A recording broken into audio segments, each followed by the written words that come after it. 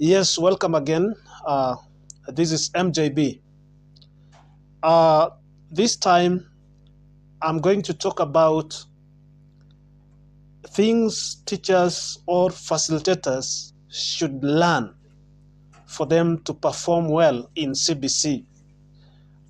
Previously, we talked about some things that we should unlearn, the old way of doing things.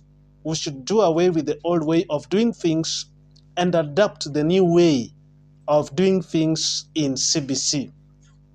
And this is what we should learn as facilitators for us to perfect our work well, for us to perform as expected in CBC.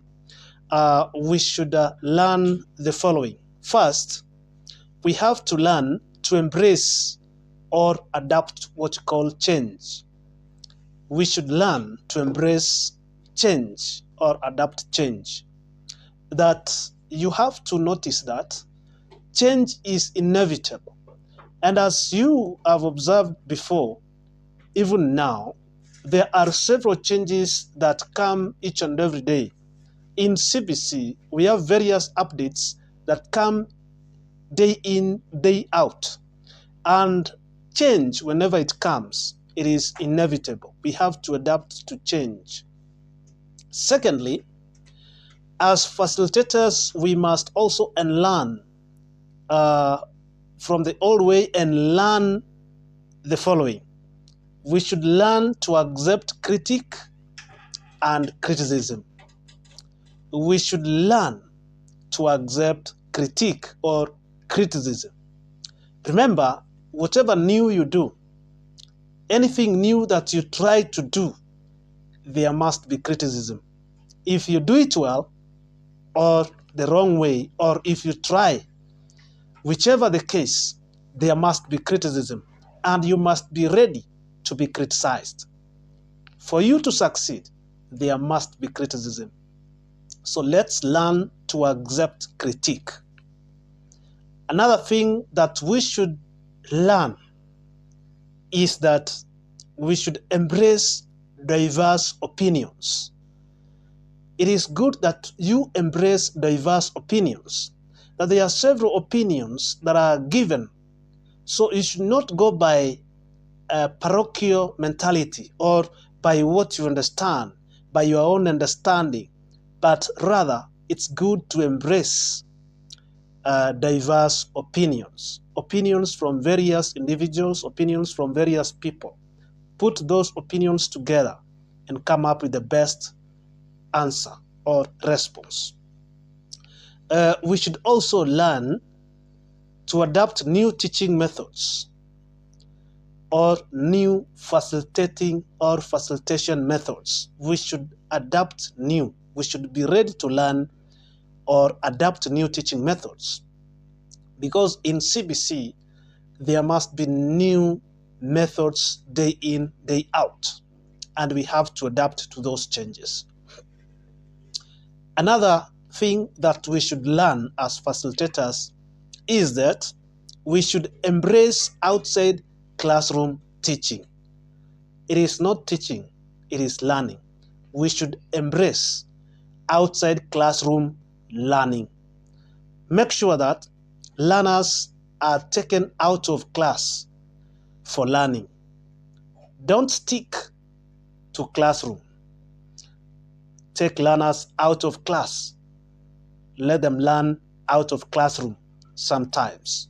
It is not every lesson that should be undertaken in class. Some lessons need to be taken out of class. Let's adapt to those changes. Another change that we should adapt is that we should learn how to integrate ICT in learning.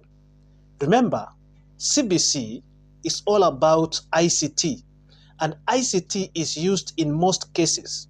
In CBC lesson, you must learn to embrace or integrate the use of ICT in learning. The use of gadgets, the use of mobile phones, the use of computers, the use of laptops, the use of smartphones, all those must be integrated in learning. So let's adapt to that. We should also learn to facilitate instead of teaching. Let's not teach. Rather, let us facilitate. We must learn to facilitate. In CBC, it is facilitating that takes place, not teaching. Let's also learn to use the curriculum design, not the textbooks. Remember, in the 844 system, there was a syllabus. And now this syllabus in CBC, it is called curriculum design. The curriculum design has got the guideline that facilitators ought to follow. And it is good that we follow the guidelines that is given in the curriculum design. So that is what we should adapt as a new change. We should use the curriculum design, not the textbooks. Textbooks are good, but it is good to use them during preparation time. It is good to go through them for gaining of content. As a facilitator, you need to have content. Even before you go to a lesson, you need to have content. But using the textbooks directly in a lesson is not good. It is not allowed. It will not work the way learning without textbooks should go. So it is good that we should adapt to these new changes so that CBC curriculum will succeed. Another thing that we should learn as facilitators is that we should learn to become continuous learners. Remember, as facilitators, we are not yet there. As facilitators, we should also be learners because we learn every day. And learning, according to me, learning is a lifetime process. We should be continuous learners so that we can adapt to changes, so that we can learn new way of doing things, so that we can rhyme to the changes of these days. So it is good that we should adapt new changes by learning each and every day. In competency-based learning, there are several changes that we have to adapt each and every day. So let's also understand this competence-based learning. This term, competency-based learning, what does it refer to when we talk of competency-based learning? This is an approach to education that focuses on the learner's demonstration of desired learning outcomes as central to the learning process. Learners progress at their own pace, and as competencies, skills, values, and attitudes are proven, learners continue to progress. So, competency-based learning, that is how it works. That it is an approach to education that focuses on learners' demonstration of desired learning outcomes as central to the learning process. Remember, the outcomes here are central to the learning process. We look at the outcomes. What are the outcomes in a given learning lesson? The outcomes are the most crucial. That now, as we look at the outcomes, learners progress at their own pace. They progress at their own pace. Remember, we have categories of learners, and they progress at their own pace. And their competencies, skills, values, and attitudes are proven in the process. They are proven in the process of learning, that you are able to determine their competencies You are able as a facilitator to see their skills. You are also able to see their values and attitudes as they continue learning.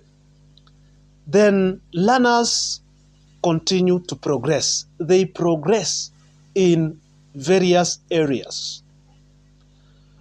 So in 844, there was teaching. And teaching is not facilitating. Teaching, we also need to understand what teaching means so that we can differentiate teaching from facilitating.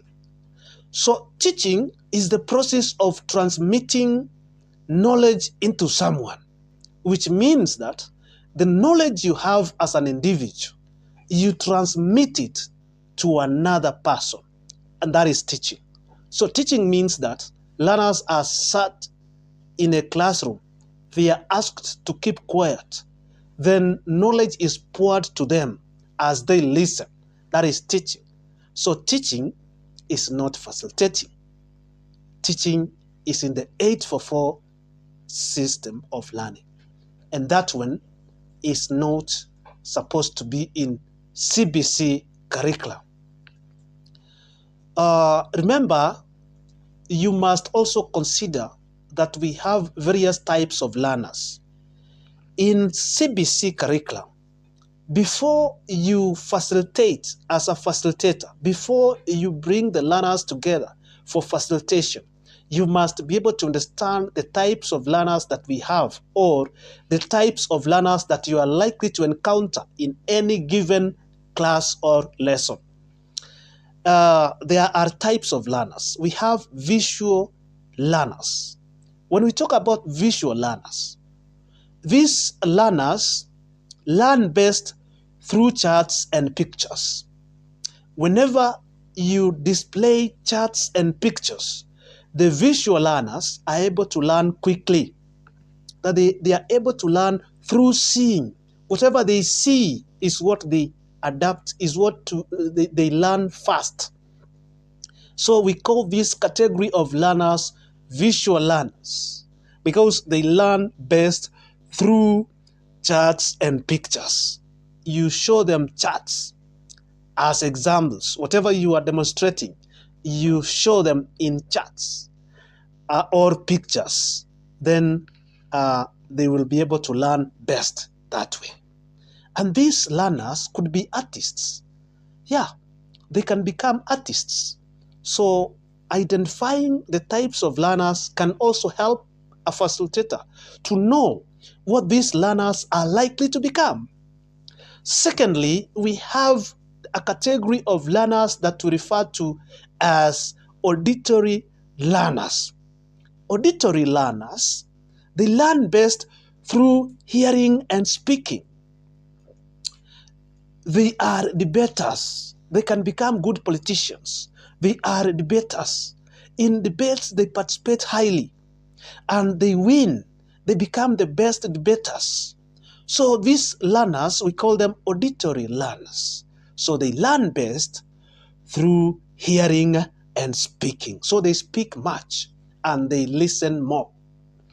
We also have another category of learners that we refer to as reading and writing learners.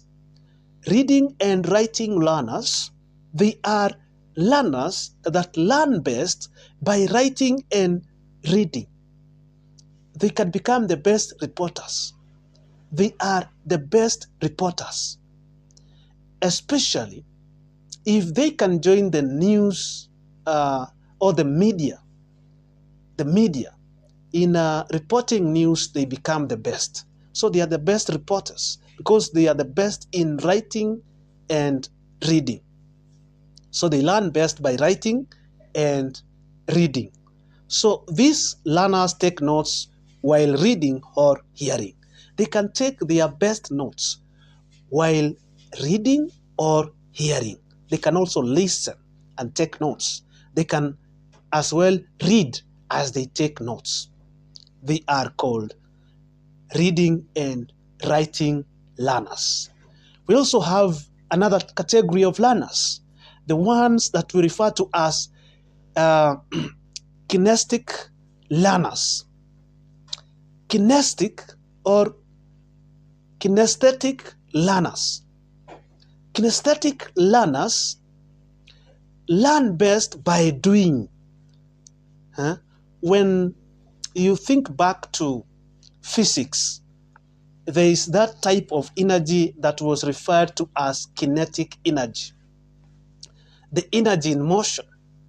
So the kinesthetic learners, they learn best by doing. That there is that performance, there is doing in the learning process. There is doing. That is why we refer these learners to as kinesthetic learners. They learn best by doing. They are researchers. This type of learners become the best researchers. They become the best researchers. So it's good that as a facilitator, you understand the category of learners that you encounter with in a given lesson or in a class. Understanding the type of learners that you have will enable you to categorize them into what they could become and into various groups. You cannot group learners without understanding their abilities. It's good that you understand their abilities and their weaknesses so that you can group them in the right groups. And by doing so, you could have helped them to understand themselves as well. So we also have what we call the common learning styles.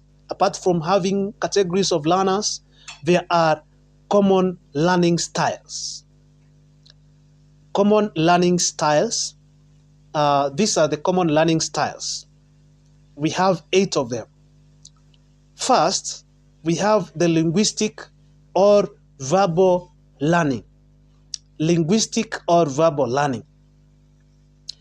Another type of learning is the learning that we call the natural or exploration learning. We also have the musical or rhythmic type of learning.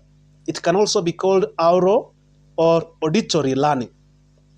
There is also another type of learning that we call kinesthetic or physical or tactile type of learning. Another type of learning is the visual learning. It can also be called spatial learning. There is also another type of learning that we refer to as the logical or analytical learning. Last but not least, there is what we call interpersonal or social learning. But there is another type there that we call intrapersonal. Having interpersonal, there is also intrapersonal or solitary type of learning. That is the learning that is done by oneself, an individual. Learning by oneself is called intrapersonal or solitary type of learning. It's good that we understand all these types of learning and understand how they work.